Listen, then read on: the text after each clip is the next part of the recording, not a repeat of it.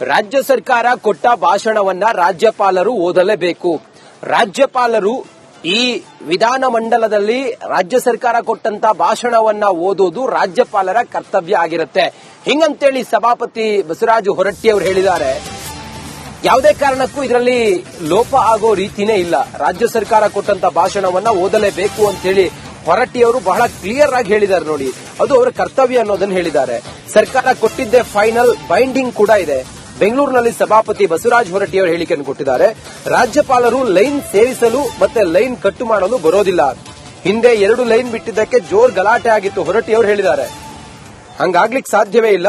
ರಾಜ್ಯಪಾಲರು ರಾಜ್ಯ ಸರ್ಕಾರ ಕೊಟ್ಟಂತ ಭಾಷಣವನ್ನ ಓದಲೇಬೇಕು ಅಂತ ಹೇಳಿ ಸಭಾಪತಿ ಬಸವರಾಜ ಹೊರಟ್ಟಿ ಅವರು ಹೇಳಿದ್ದಾರೆ.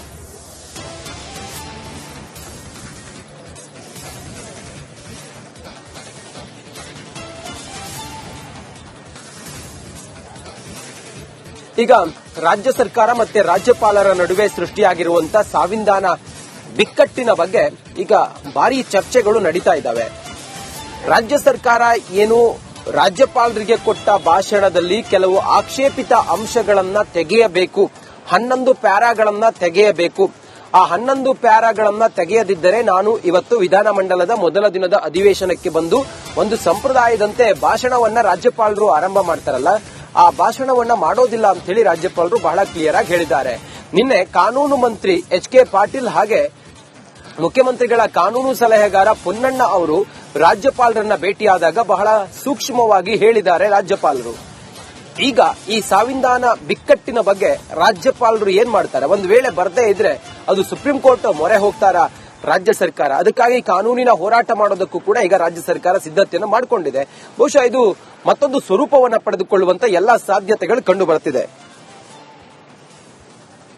ಗವರ್ನರ್ ಇಲ್ಲಿ ಯಾವುದೇ ರಾಜ್ಯ ಗವರ್ಮೆಂಟ್ ಏನು ಬರೆದು ಕೊಡ್ತಾರೆ, ಕ್ಯಾಬಿನೆಟ್ ಡಿಸಿಷನ್ ತಗೊಂಡು ಏನು ಬರೆದು ಕೊಡೋ ಅದನ್ನು ಕಡ್ಡಾಯವಾಗಿ ಓದಬೇಕಾದ್ರೆ ಗವರ್ನರ್ ಡ್ಯೂಟಿ ಅದು ಎಲ್ಲ ಕಾನ್ಸ್ಟಿಟ್ಯೂಷನ್ ಹಂಗಿದೆ. ಅದು ನಾವು ನಮ್ಮ ಮನಸ್ಸಿಗೆ ಬಂದದ್ದು ಮಾಡ್ತೀವಿ ಅಂತೇಳಿ ಗವರ್ನರ್ ಚೇಂಜ್ ಮಾಡೋದು ಅಧಿಕಾರ ಏನಿಲ್ಲ. ಏನು ಸರ್ಕಾರ ಬರೆದು ಕೊಡ್ತೀವಿ, ಏನು ಸರ್ಕಾರ ಅದನ್ನ ಹೇಳ್ಬೇಕು ಹೊರತಾಗಿ ಅವ್ರು ತಮ್ಮ ತಿರುಗೋದು ಹೇಳಕ್ಕೆ ನಮ್ಮ ಇದರಲ್ಲಿ ಪ್ರಯೋಜನ ಇಲ್ಲ. ನನಗೆ ಸಂಪೂರ್ಣವಾಗಿ ಅದ್ರ ಬಗ್ಗೆ ಮಾಹಿತಿ ಇದೆ ಮತ್ತು ಅದನ್ನು ಓದ್ಕೊಂಡಿನಿ.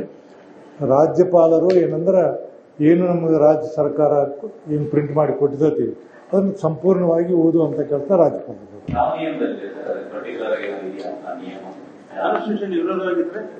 ಕಾನ್ಸ್ಟಿಟ್ಯೂಷನ್ ವಿರೋಧವಾಗಿ ಸರ್ಕಾರಗಳು ಕೊಡೋದು ಯಾವಾಗಾದ್ರು, ಯಾಕಂದ್ರೆ ಸರ್ಕಾರಕ್ಕೂ ಜವಾಬ್ದಾರಿ ಇರ್ತದೆ, ಸರ್ಕಾರಕ್ಕೂ ಸಹ ಜವಾಬ್ದಾರಿ ಇರ್ತದೆ. ಕಾನ್ಸ್ಟಿಟ್ಯೂಷನ್ ಏನು ಹೇಳ್ತದೆ, ಪ್ರಜಾಪ್ರಭುತ್ವದಲ್ಲಿ ಯಾವುದೇ ಸರ್ಕಾರ ಇರಲಿ ಗವರ್ನರ್ ಟೀಕೆ ಮಾಡೋದಂತದಾಗಲಿ ಮತ್ತೊಂದಾಗಲಿ, ಆದರೆ ಗವರ್ನರ್ ಒಂದು ಪಾರ್ಟಿ ಅವರಿದ್ದಾಗ ಸರ್ಕಾರ ಒಂದು ಪಾರ್ಟಿ ಇದ್ದಾಗ ರಿಟ್ ಬರುವಂಥ ಕೆಲವು ಕಡೆ ಆಗ್ತಾವೆ. ಬಟ್ ಇಲ್ಲಿ ಗವರ್ನರು ಈಗ 2-3ನೇದ್ದು ಅವರು ಒಂದು ಅವರೆಲ್ಲೂ ಯಾವುದೇ ರೀತಿಯ ತಕರಾರಾಗಲಿ ಅವರಲ್ಲಿ ಹೆಚ್ಚು ಕಡಿಮೆ ಮಾಡೋದನ್ನು ಮಾಡಿಲ್ಲ. ಯಾರೇ ಗವರ್ನರ್ ಇನ್ನು ನಮ್ಮ ಜೊತೆಯಲ್ಲಿ ಮಾತಾಡೋದಕ್ಕೆ ಗೋವಾ ವಿಧಾನಸಭೆಯ ನಿವೃತ್ತ ಕಾರ್ಯದರ್ಶಿ ಧ್ರುವ ಕುಮಾರ್ ಈಗ ನೇರ ಸಂಪರ್ಕ. ರಾಜ್ಯ ಸರ್ಕಾರ ಕೊಟ್ಟ ಭಾಷಣವನ್ನ ರಾಜ್ಯಪಾಲರು ಓದಲೇಬೇಕು. ರಾಜ್ಯಪಾಲರು ಈ ವಿಧಾನಮಂಡಲದಲ್ಲಿ ರಾಜ್ಯ ಸರ್ಕಾರ ಕೊಟ್ಟಂತ ಭಾಷಣವನ್ನ ಓದೋದು ರಾಜ್ಯಪಾಲರ ಕರ್ತವ್ಯ ಆಗಿರುತ್ತೆ. ಹಿಂಗಂತೇಳಿ ಸಭಾಪತಿ ಬಸವರಾಜ ಹೊರಟ್ಟಿ ಅವರು ಹೇಳಿದ್ದಾರೆ. ಯಾವುದೇ ಕಾರಣಕ್ಕೂ ಇದರಲ್ಲಿ ಲೋಪ ಆಗೋ ರೀತಿನೇ ಇಲ್ಲ. ರಾಜ್ಯ ಸರ್ಕಾರ ಕೊಟ್ಟಂತ ಭಾಷಣವನ್ನ ಓದಲೇಬೇಕು ಅಂತ ಹೇಳಿ ಹೊರಟ್ಟಿಯವರು ಬಹಳ ಕ್ಲಿಯರ್ ಆಗಿ ಹೇಳಿದ್ದಾರೆ. ನೋಡಿ, ಅದು ಅವರ ಕರ್ತವ್ಯ ಅನ್ನೋದನ್ನ ಹೇಳಿದ್ದಾರೆ. ಸರ್ಕಾರ ಕೊಟ್ಟಿದ್ದೇ ಫೈನಲ್, ಬೈಂಡಿಂಗ್ ಕೂಡ ಇದೆ. ಬೆಂಗಳೂರಿನಲ್ಲಿ ಸಭಾಪತಿ ಬಸವರಾಜ ಹೊರಟ್ಟಿ ಅವರು ಹೇಳಿಕೆಯನ್ನು ಕೊಟ್ಟಿದ್ದಾರೆ. ರಾಜ್ಯಪಾಲರು ಲೈನ್ ಸೇರಿಸಲು ಮತ್ತೆ ಲೈನ್ ಕಟ್ಟು ಮಾಡಲು ಬರೋದಿಲ್ಲ. ಹಿಂದೆ 2 ಲೈನ್ ಬಿಟ್ಟಿದ್ದಕ್ಕೆ ಜೋರ್ ಗಲಾಟೆ ಆಗಿತ್ತು, ಹೊರಟ್ಟಿ ಅವರು ಹೇಳಿದ್ದಾರೆ. ಹಂಗಾಗ್ಲಿಕ್ಕೆ ಸಾಧ್ಯವೇ ಇಲ್ಲ.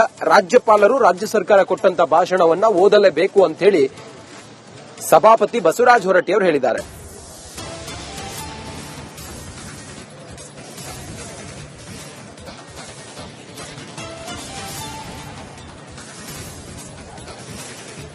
ಈಗ ರಾಜ್ಯ ಸರ್ಕಾರ ಮತ್ತೆ ರಾಜ್ಯಪಾಲರ ನಡುವೆ ಸೃಷ್ಟಿಯಾಗಿರುವಂತಹ ಸಂವಿಧಾನ ಬಿಕ್ಕಟ್ಟಿನ ಬಗ್ಗೆ ಈಗ ಭಾರಿ ಚರ್ಚೆಗಳು ನಡೀತಾ ಇದ್ದಾವೆ.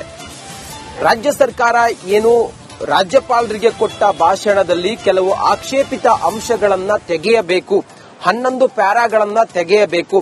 ಆ 11 ಪ್ಯಾರಾಗಳನ್ನ ತೆಗೆಯದಿದ್ದರೆ ನಾನು ಇವತ್ತು ವಿಧಾನಮಂಡಲದ ಮೊದಲ ದಿನದ ಅಧಿವೇಶನಕ್ಕೆ ಬಂದು ಒಂದು ಸಂಪ್ರದಾಯದಂತೆ ಭಾಷಣವನ್ನ ರಾಜ್ಯಪಾಲರು ಆರಂಭ ಮಾಡ್ತಾರಲ್ಲ, ಆ ಭಾಷಣವನ್ನ ಮಾಡೋದಿಲ್ಲ ಅಂತ ಹೇಳಿ ರಾಜ್ಯಪಾಲರು ಬಹಳ ಕ್ಲಿಯರ್ ಆಗಿ ಹೇಳಿದ್ದಾರೆ.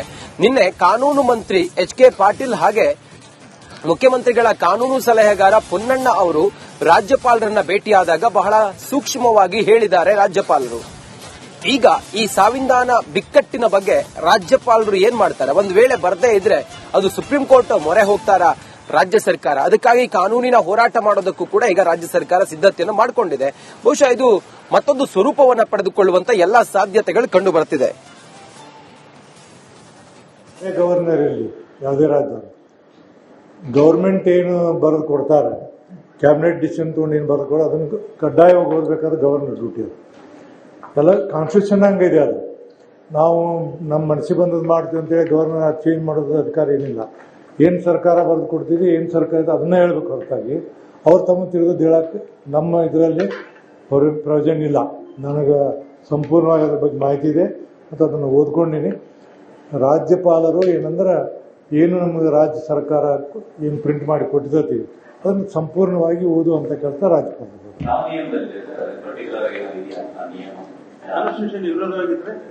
ಕಾನ್ಸ್ಟಿಟ್ಯೂಷನ್ ವಿರೋಧವಾಗಿ ಸರ್ಕಾರಗಳು ಕೊಡೋದು ಯಾವಾಗಲೂ, ಯಾಕಂದ್ರೆ ಸರ್ಕಾರಕ್ಕೂ ಜವಾಬ್ದಾರಿ ಇರ್ತದೆ, ಸರ್ಕಾರಕ್ಕೂ ಸಹ ಜವಾಬ್ದಾರಿ ಇರ್ತದೆ. ಕಾನ್ಸ್ಟಿಟ್ಯೂಷನ್ ಏನು ಹೇಳ್ತದೆ, ಪ್ರಜಾಪ್ರಭುತ್ವದಲ್ಲಿ ಯಾವುದೇ ಸರ್ಕಾರ ಇರಲಿ ಗವರ್ನರ್ ಟೀಕೆ ಮಾಡೋದಂಥದ್ದಾಗಲಿ ಮತ್ತೊಂದಾಗಲಿ, ಆದರೆ ಗವರ್ನರ್ ಒಂದು ಪಾರ್ಟಿ ಅವರಿದ್ದಾಗ ಸರ್ಕಾರ ಒಂದು ಪಾರ್ಟಿ ಇದ್ದಾಗ ರಿಪ್ಟ್ ಬರುವಂಥ ಕೆಲವು ಕಡೆ ಆಗ್ತಾವೆ.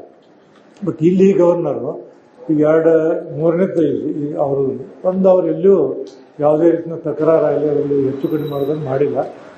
ಯಾರೇ ಗವರ್ನರ್ ಇನ್ನು ನಮ್ಮ ಜೊತೆಲಿ ಮಾತಾಡೋದಕ್ಕೆ ಗೋವಾ ವಿಧಾನಸಭೆಯ ನಿವೃತ್ತ ಕಾರ್ಯದರ್ಶಿ ಧ್ರುವ ಕುಮಾರ್ ಈಗ ನೇರ ಸಂಪರ್ಕ. ರಾಜ್ಯ ಸರ್ಕಾರ ಕೊಟ್ಟ ಭಾಷಣವನ್ನ ರಾಜ್ಯಪಾಲರು ಓದಲೇಬೇಕು.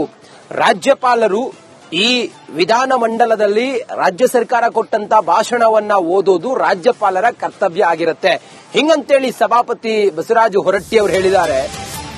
ಯಾವುದೇ ಕಾರಣಕ್ಕೂ ಇದರಲ್ಲಿ ಲೋಪ ಆಗೋ ರೀತಿನೇ ಇಲ್ಲ. ರಾಜ್ಯ ಸರ್ಕಾರ ಕೊಟ್ಟಂತ ಭಾಷಣವನ್ನ ಓದಲೇಬೇಕು ಅಂತೇಳಿ ಹೊರಟ್ಟಿ ಅವರು ಬಹಳ ಕ್ಲಿಯರ್ ಆಗಿ ಹೇಳಿದ್ದಾರೆ. ನೋಡಿ, ಅದು ಅವರ ಕರ್ತವ್ಯ ಅನ್ನೋದನ್ನು ಹೇಳಿದ್ದಾರೆ. ಸರ್ಕಾರ ಕೊಟ್ಟಿದ್ದೇ ಫೈನಲ್, ಬೈಂಡಿಂಗ್ ಕೂಡ ಇದೆ. ಬೆಂಗಳೂರಿನಲ್ಲಿ ಸಭಾಪತಿ ಬಸವರಾಜ ಹೊರಟ್ಟಿ ಅವರು ಹೇಳಿಕೆಯನ್ನು ಕೊಟ್ಟಿದ್ದಾರೆ. ರಾಜ್ಯಪಾಲರು ಲೈನ್ ಸೇರಿಸಲು ಮತ್ತೆ ಲೈನ್ ಕಟ್ಟು ಮಾಡಲು ಬರೋದಿಲ್ಲ. ಹಿಂದೆ 2 ಲೈನ್ ಬಿಟ್ಟಿದ್ದಕ್ಕೆ ಜೋರ್ ಗಲಾಟೆ ಆಗಿತ್ತು, ಹೊರಟ್ಟಿ ಅವರು ಹೇಳಿದ್ದಾರೆ. ಹಂಗಾಗ್ಲಿಕ್ಕೆ ಸಾಧ್ಯವೇ ಇಲ್ಲ. ರಾಜ್ಯಪಾಲರು ರಾಜ್ಯ ಸರ್ಕಾರ ಕೊಟ್ಟಂತ ಭಾಷಣವನ್ನ ಓದಲೇಬೇಕು ಅಂತ ಹೇಳಿ ಸಭಾಪತಿ ಬಸವರಾಜ ಹೊರಟ್ಟಿ ಅವರು ಹೇಳಿದ್ದಾರೆ.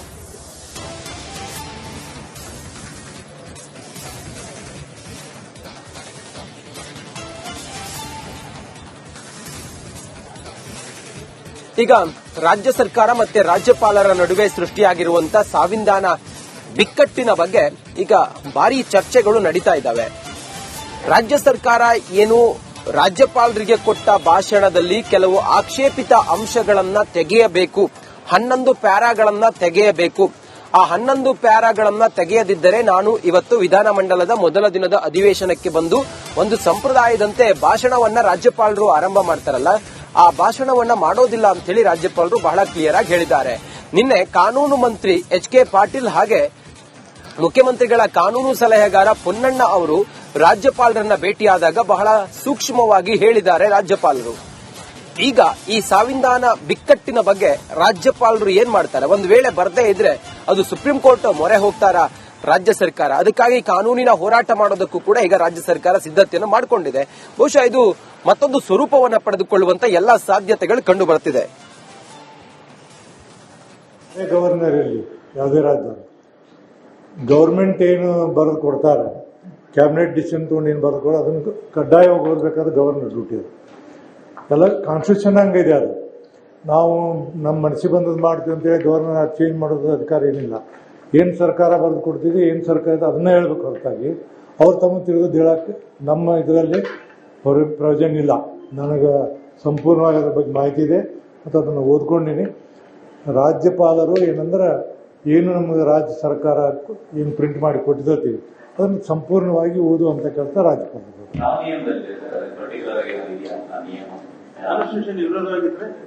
ಕಾನ್ಸ್ಟಿಟ್ಯೂಷನ್ ವಿರೋಧವಾಗಿ ಸರ್ಕಾರಗಳು ಕೊಡೋದು ಯಾವಾಗಲೂ, ಯಾಕಂದ್ರೆ ಸರ್ಕಾರಕ್ಕೂ ಜವಾಬ್ದಾರಿ ಇರ್ತದೆ, ಸರ್ಕಾರಕ್ಕೂ ಸಹ ಜವಾಬ್ದಾರಿ ಇರ್ತದೆ. ಕಾನ್ಸ್ಟಿಟ್ಯೂಷನ್ ಏನು ಹೇಳ್ತದೆ, ಪ್ರಜಾಪ್ರಭುತ್ವದಲ್ಲಿ ಯಾವುದೇ ಸರ್ಕಾರ ಇರಲಿ ಗವರ್ನರ್ ಟೀಕೆ ಮಾಡೋದಂಥದ್ದಾಗಲಿ ಮತ್ತೊಂದಾಗಲಿ, ಆದರೆ ಗವರ್ನರ್ ಒಂದು ಪಾರ್ಟಿ ಅವರಿದ್ದಾಗ ಸರ್ಕಾರ ಒಂದು ಪಾರ್ಟಿ ಇದ್ದಾಗ ರಿಪ್ಟ್ ಬರುವಂಥ ಕೆಲವು ಕಡೆ ಆಗ್ತಾವೆ.